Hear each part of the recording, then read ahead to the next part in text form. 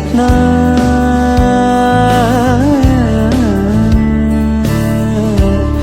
ಬರಿ ಕಾಲ ಹರಣ ಗುರಿ ಪ್ರಯತ್ನದ ಮಧ್ಯೆ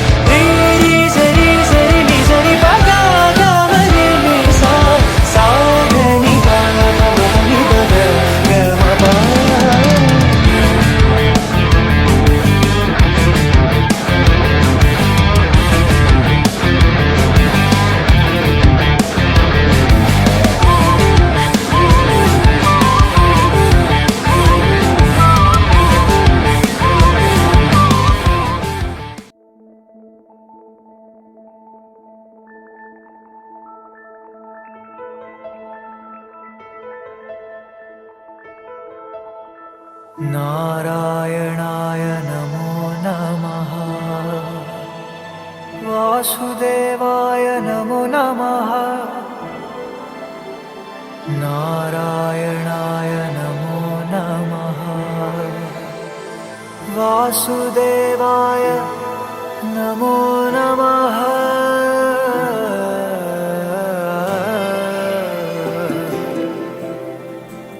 नारायणाय नमो नमः वासुदेवाय नमो नमः निन्नय दर्शन ಪಡೆದನ ಪಾವನ ಎಲ್ಲೆಲ್ಲೂ ನೀನೇ ಇರಲು ನನ್ನಲ್ಲೂ ನೀನೇ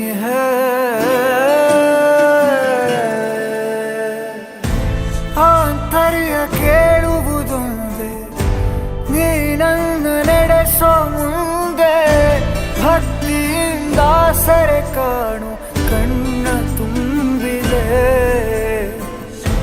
ಮುಂಗಾರನಪ್ಪುವೆ ನಾನು ಸಾಗರವ ದಾಟುವೆ ನಾನು ಈ ಪರಿಯ ಸೊಬಗನು ನಾನು ಕಂಡಿಲ್ಲವೇ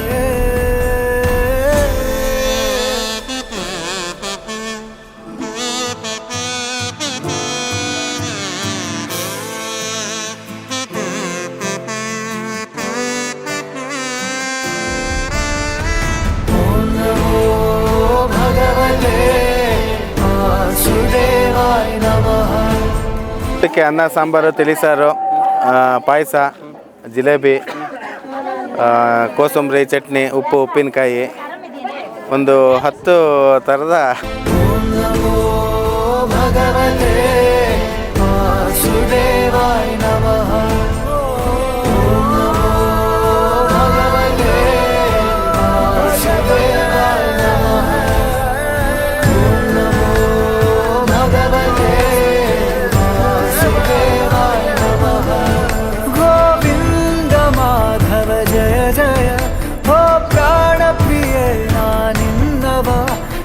ನಾಮದ ಸ್ಮರಣ ಮಾಡಲು ಮನನ ಜೀವನ ಪಾವನ ಕಣ ಕಣದಲು ನೀನೆ ಮನದಲು ನೀನೆ ಜಗವು ನೀನೆ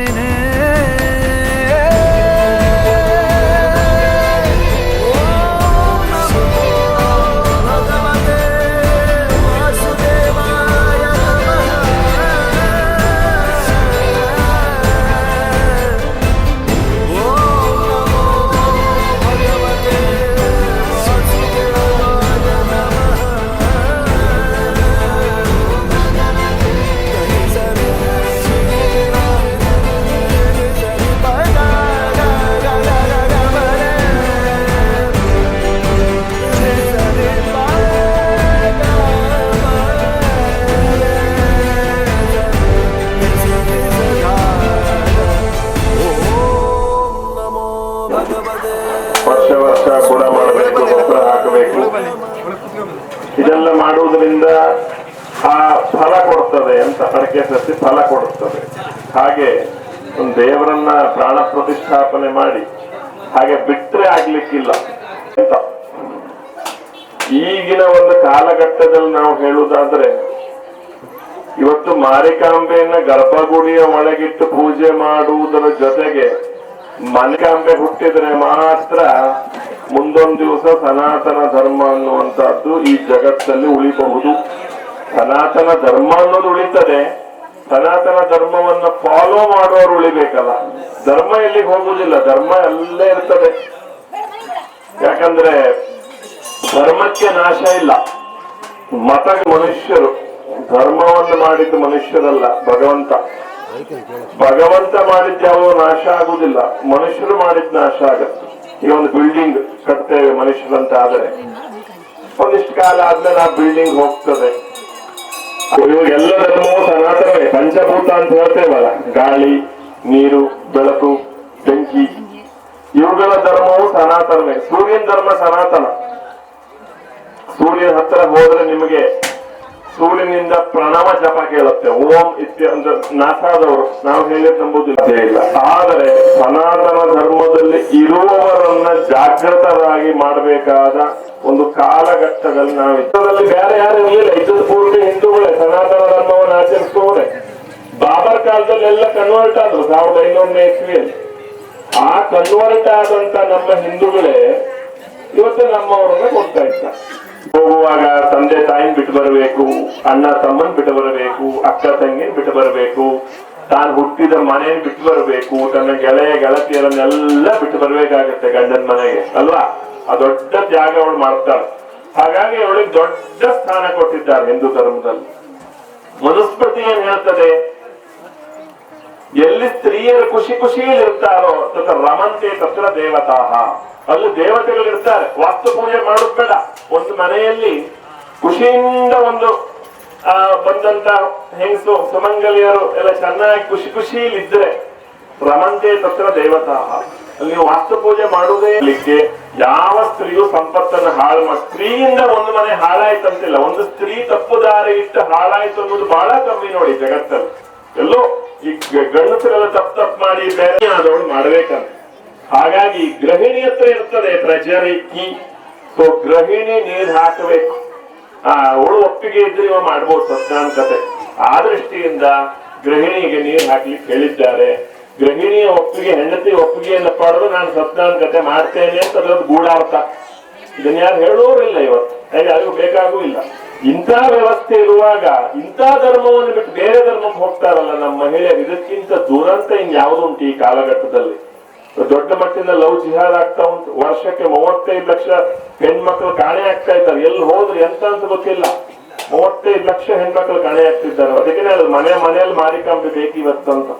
ದೇವಸ್ಥಾನದಲ್ಲಿ ಮಾತ್ರ ಅಲ್ಲ, ನವರಾತ್ರಿ ಮಾಡೋದ್ರ ಜೊತೆಗೆ ಮನೆಯಲ್ಲಿ ದುರ್ಗಿಯರು ಹುಟ್ಟಬೇಕಂತ ಹೇಳಿದ್ದಕ್ಕೆ ನಾನು 35-40 ಲಕ್ಷ ಹೆಣ್ಣು. ಇಷ್ಟೆಲ್ಲ ಜಾಗೃತಿ ಮೂಡಿಸಿಯು, ಇಷ್ಟೆಲ್ಲ ಲೋಕದಲ್ಲಿ ಏನೇನಾಗ್ತಿದೆ ಅಂತ ಗೊತ್ತಿದ್ರು ಇವತ್ತಿಗೂ 35-40 ಲಕ್ಷ ಹೆಣ್ಣು ಮಕ್ಕಳು ಎಲ್ಲಿ ಹೋದ್ರಂತ ಗೊತ್ತಿಲ್ಲ, ಕಾಣೆ ಆಗ್ತಾ ಇದ್ದಾರೆ.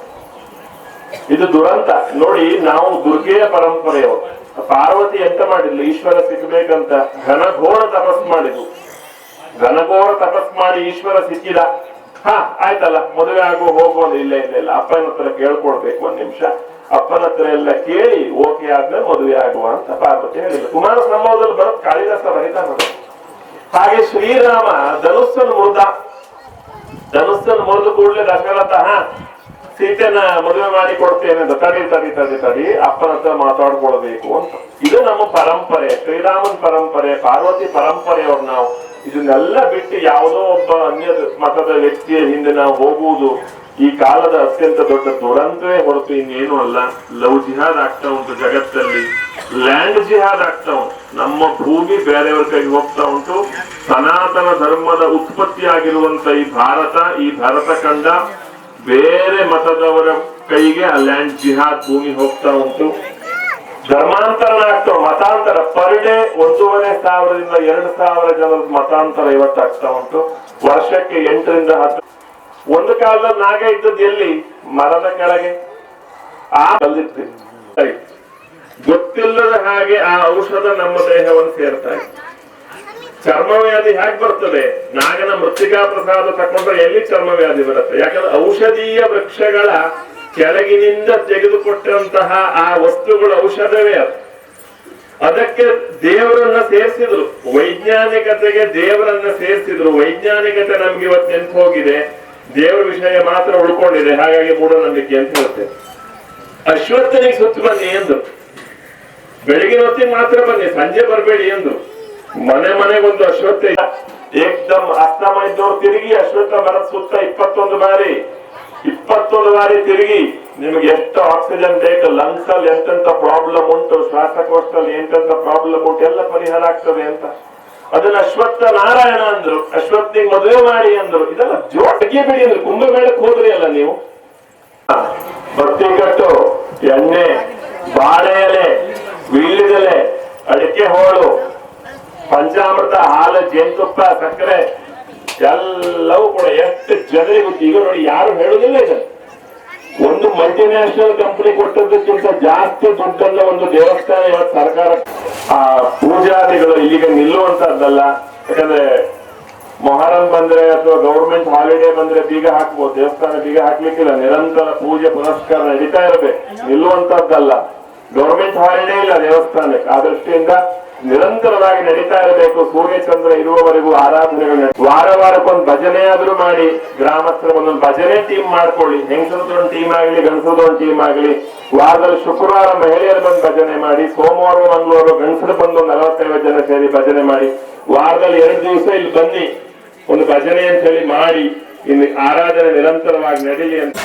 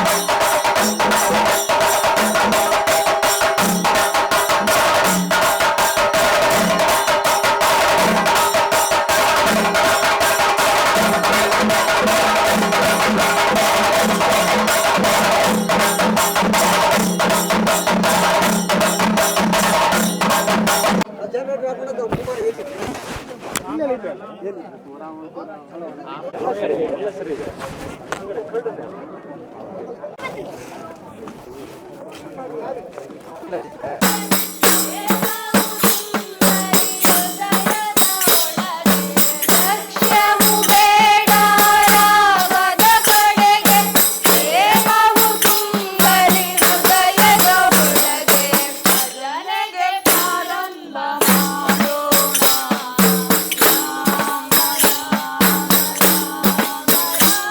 ಇರಲಿ ರಾಮನ ನಾಮವು ಬಾಯಳು ಬರಲಿ, ಭಜನೆಗೆ ಪ್ರಾರಂಭ.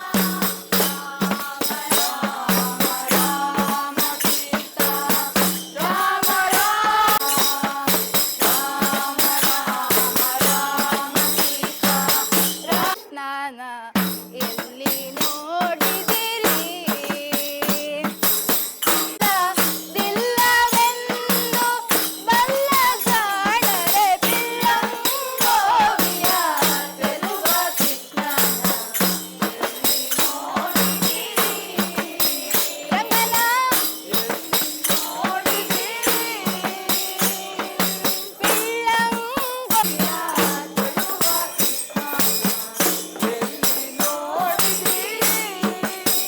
ರಂಗನಾಂಬಿನಲ್ಲಿ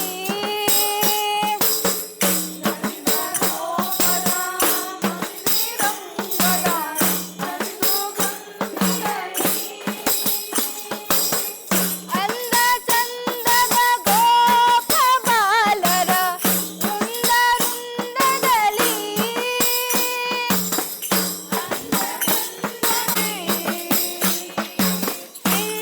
ಬಿಲ್ಲಂಗೋವಿಯ ಚೆಲುವ ಕೃಷ್ಣನ.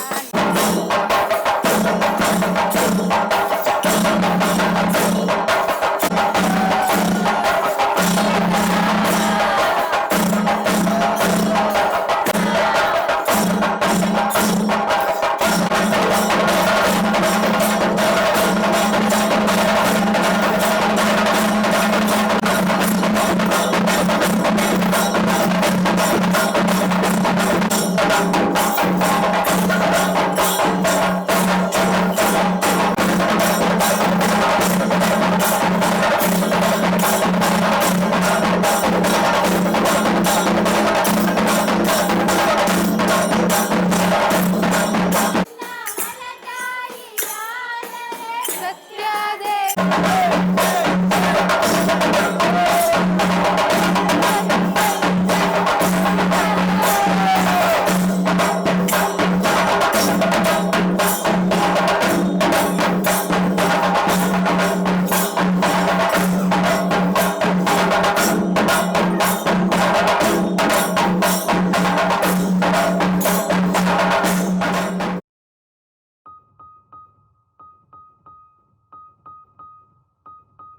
ಆತ್ಮ ರಾಮಾನಂದ ರಮಣ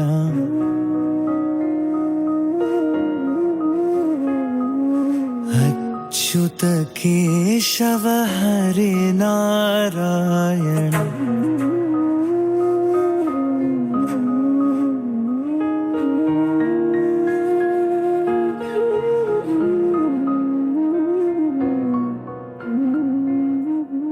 ಅವಿಧಾನ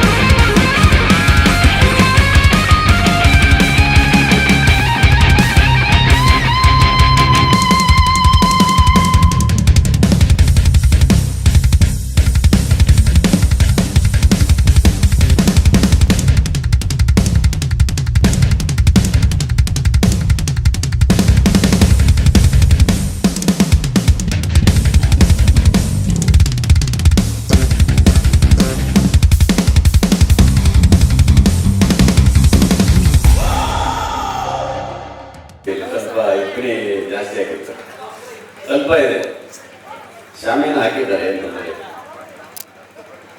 ಬಂಧುಗಳೇ,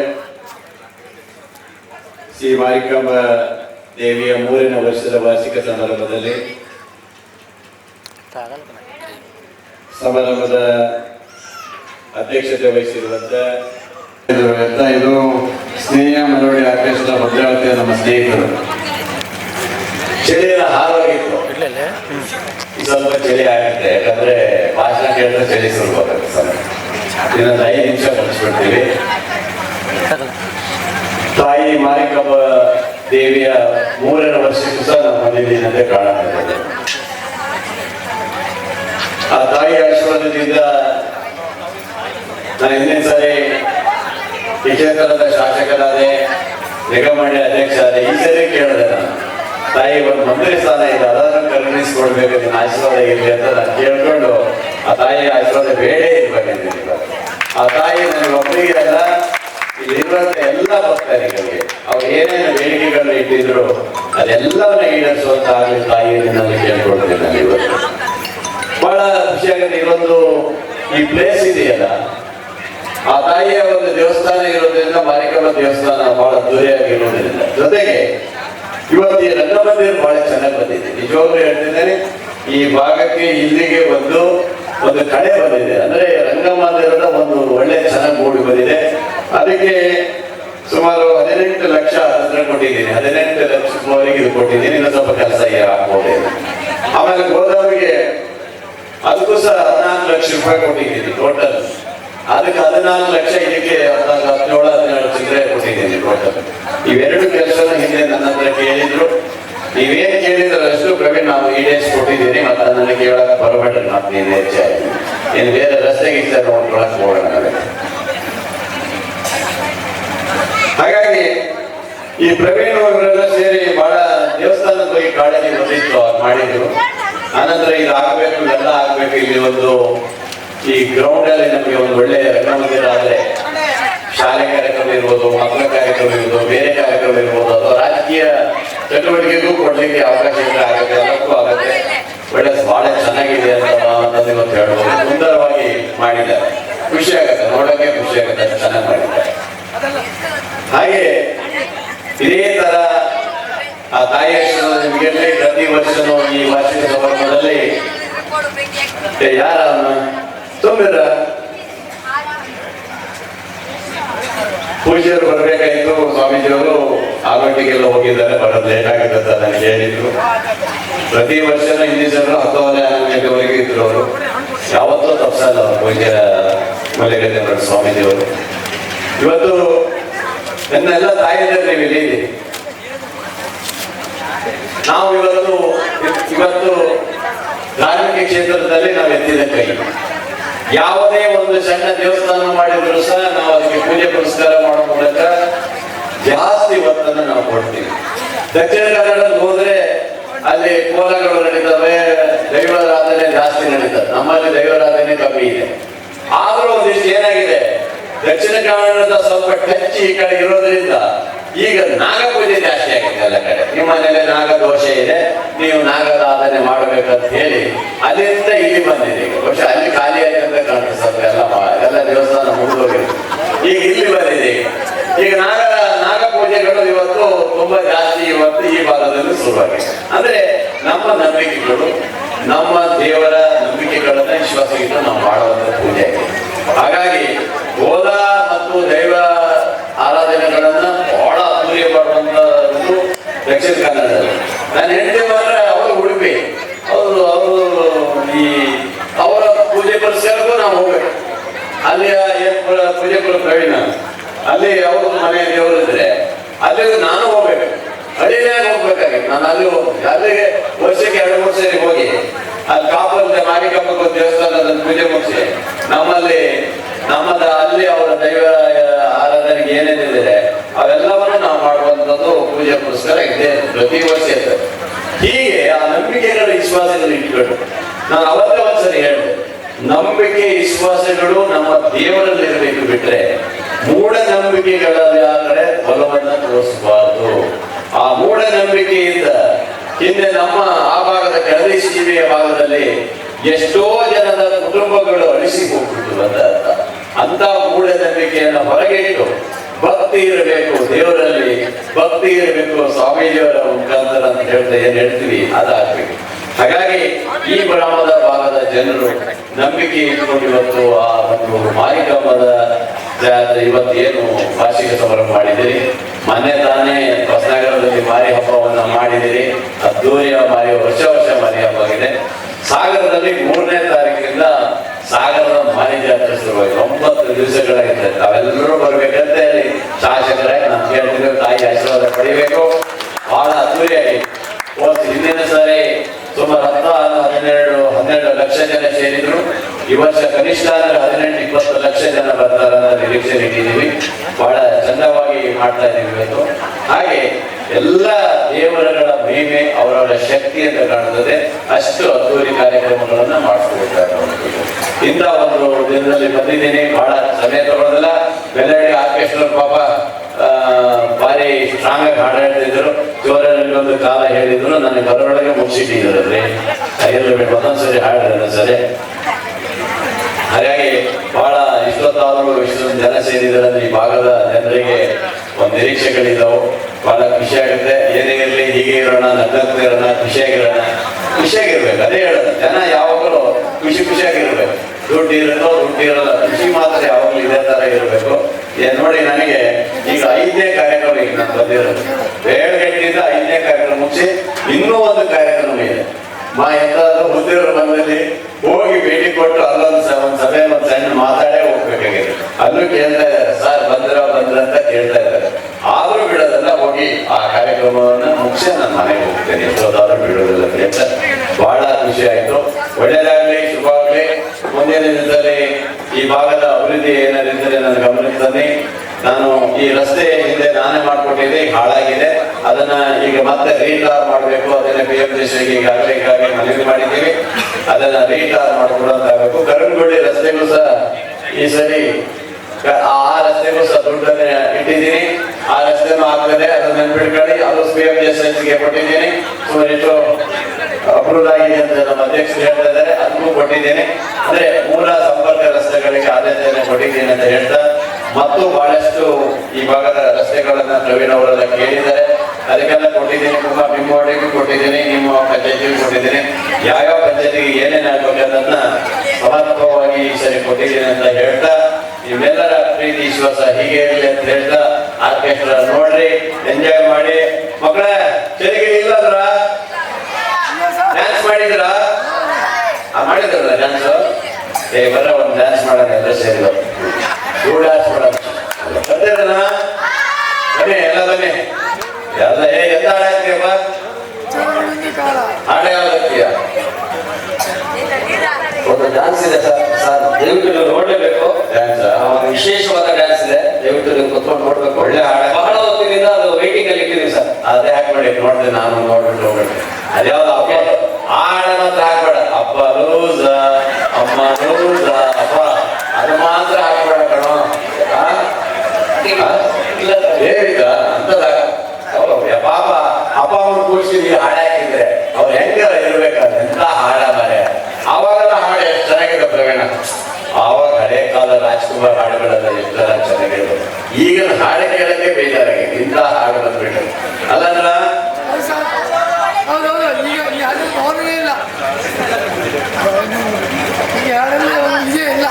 ಈಗ ಚೆನ್ನಾಗಿಲ್ಲ ಅದನ್ನ. ಅವಾಗ ಹಾಡಾಗಿತ್ತು, ಎಂದೆಂದು ನಿನ್ನನ್ನು ಮರೆತು ನಾನಿರಲಾರೆ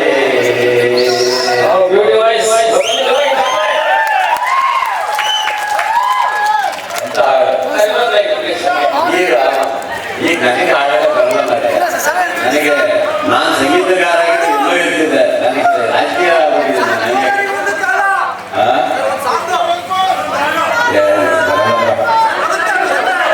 ಈಗ ಹಾಡ ವಾಯ್ಸ್ ಸರಿಯಿಲ್ಲ, ನನ್ನ ಗಂಟು ಸರಿಯಿಲ್ಲ. ಅದು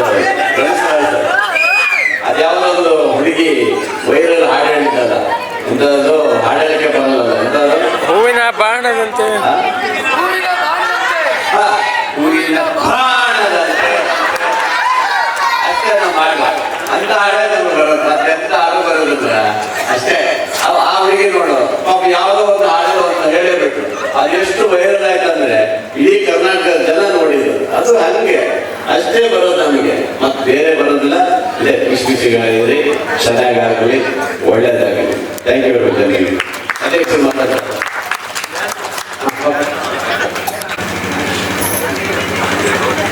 ಉದ್ಘಾಟಕ ನುಡಿಯನ್ನಾಡಿದ ಶ್ರೀಯುತ ಗೋಪಾಲಕೃಷ್ಣ ಬೇಳೂರು ಶಾಸಕರು ಇವರಿಗೆ ಧನ್ಯವಾದಗಳು.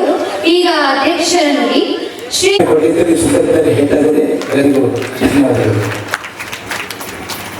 ಸರಿ ಇದೆಯಾ? ಅಣ್ಣವ್ರ ವಯಸ್ಸು ಸರಿ ಇದೆ. ಅಣ್ಣವ್ರ ವಯಸ್ಸು ಡಾಕ್ಟರ್ ರಾಜ್ಕುಮಾರ್ ವಯಸ್ಸು ಸ್ವಲ್ಪ ಟ್ರೈ ಮಾಡಿದೆ, ಚೆನ್ನಾಗಿದ್ದು. ನೆಚ್ಚಿನ ಮತ್ತು ಬಡವರ ಬಂಧುವಾದಂತಹ ಶಾಸಕರಾದಂತಹ ಬೇಳೂರು ಗೋಪಾಲಕೃಷ್ಣ ಸರ್ ಅವರೇ, ಹಾಗೂ ನಮ್ಮ ಪಕ್ಕದ ಪಂಚಾಯಿತಿಯ ಅಧ್ಯಕ್ಷರಾದ ಕುಮಾರ್ ಅವರೇ, ಮತ್ತು ತಾಲೂಕು ಗ್ಯಾರಂಟಿ ಅಧ್ಯಕ್ಷರಾದ ಚಿದಂಬರ ಅವರೇ, ಮತ್ತು ಬ್ಲಾಕ್ ಕಾಂಗ್ರೆಸ್ನ ಅಧ್ಯಕ್ಷರು ಗೌರವಾನ್ವಿತರಾದಂತಹ ಚಂದ್ರಮೌಳಿ ಅವರೇ, ಮತ್ತು ನಮ್ಮ ಪಂಚಾಯಿತಿಯ ಸದಸ್ಯರಾದಂತಹ ಶಶಿಕಲಾ ಅಣ್ಣಪ್ಪ ಅವರೇ, ದಿವ್ಯಾ ಪ್ರವೀಣ್ ಅವರೇ, ಮತ್ತು ನಮ್ಮ ಪಂಚಾಯಿತಿಯ ಸದಸ್ಯರು ನಮ್ಮ ಅಣ್ಣನ ಸ್ಥಾನದಲ್ಲಿರ್ತಕ್ಕಂತಹ ಮಹೇಂದ್ರಣ್ಣನವರೇ,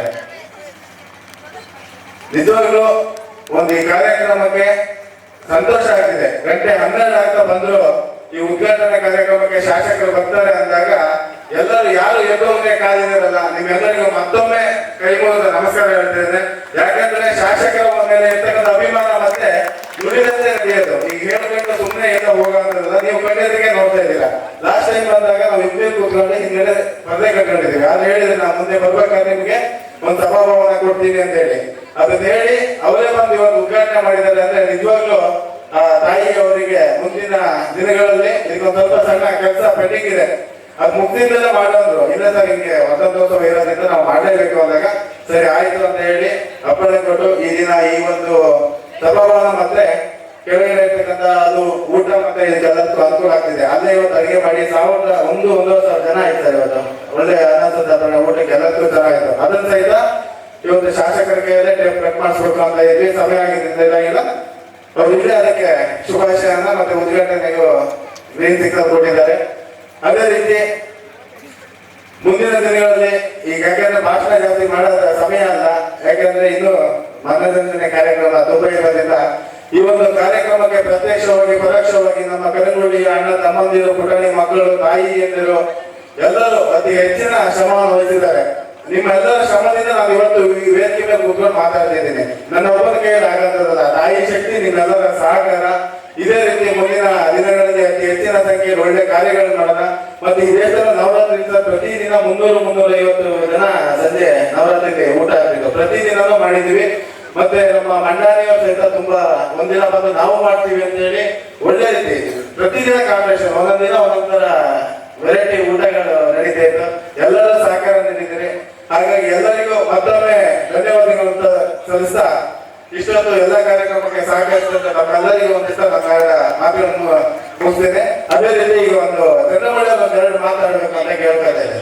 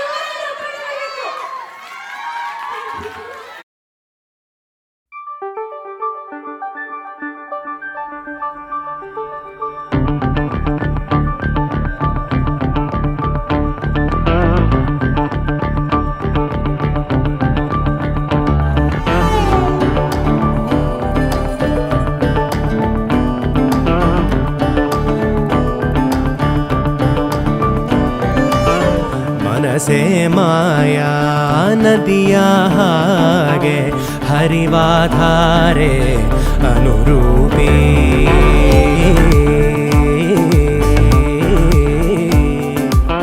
ಮಳೆ ಬಿಲ್ಲೇರಿ ನಗುವ ತೇಲಿ ಬದುಕೆ ಬಣ್ಣ ಬಹುರೂಪಿ ಸೆಳೆವಾಯಿ ಸುಂದರೆ ನಲಿವಾವ ಸುಂದರೆ ಸೆಳೆವಾಯಿ ಸುಂದರೆ ನಲಿವಾವ ಸುಂದರೆ ವರ್ಣಿಸಲು ಈ ಚಂದ್ರಿಕೆ ಸೋತಿಹುದೇ ಸ್ವರ ಮಾಲಿಕೆ ನಗುವಿನಲೇ ಸುಳಿವಿರದೆ ಅಪಹರಿಸಿದಳೆ ಮಧುಗುಂಜನಾಯಿ ಮಂಜಿನ ಹನಿ ಮನರಂಜನಾನಿ ನಾಡುವದನಿ ಮಧುಗುಂಜನಾಯಿ ಮಂಜಿನ ಹನಿ ಮನರಂಜನಾನಿ ನಾಡುವದನಿ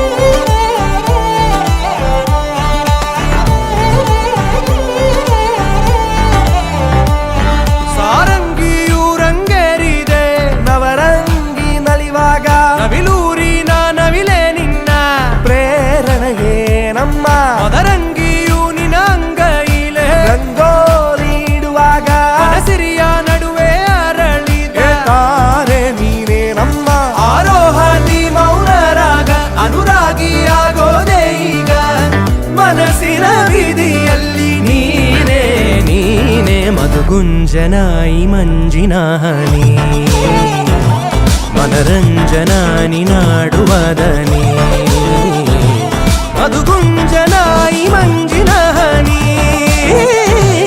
ಮನರಂಜನಾನಿ ನಾಡುವದನಿ